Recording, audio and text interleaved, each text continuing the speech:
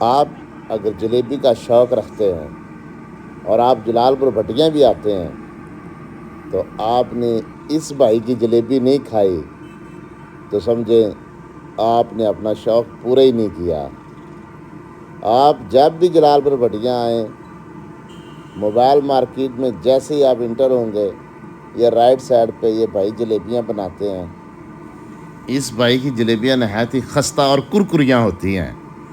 میں نے کافی انتظار کرنے والوں سے جب یہ سوال کیا نا، بھائی آپ اتنی لمبی لائن میں لگے ہوئے ہیں، 4 5 آدمی انتظار کر رہے ہیں، تو کیا وجہ ہے؟ تو بھائی نے بتایا کہ بھائی ہم نے ان کی جلیبیاں کھائی ہوئی ہیں، اس لیے ہم انتظار کر رہے ہیں وہ ٹیسٹ کو دوبارہ چیک کرنے کے لیے۔ تو میں بھی سمجھ گیا، کیونکہ میں بھی اس بھائی سے اکثر جلیبی لیتا ہوں، اور آج میں بھی انتظار میں ہی کھڑا تھا کہ جیسے میری باری آئے گی مجھے جلیبیاں مل جائیں گی۔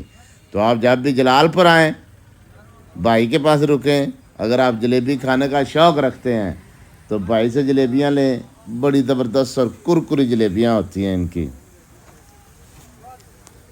بھائی سے میں نے سوال بھی کیا کہ بھائی کیا بات ہے، ساری جلیبیاں نکالتے ہیں، آپ کی دیکھیں ماشاءاللہ اتنی پیاری جلیبیاں ہیں، تو اس کا راز کیا ہے؟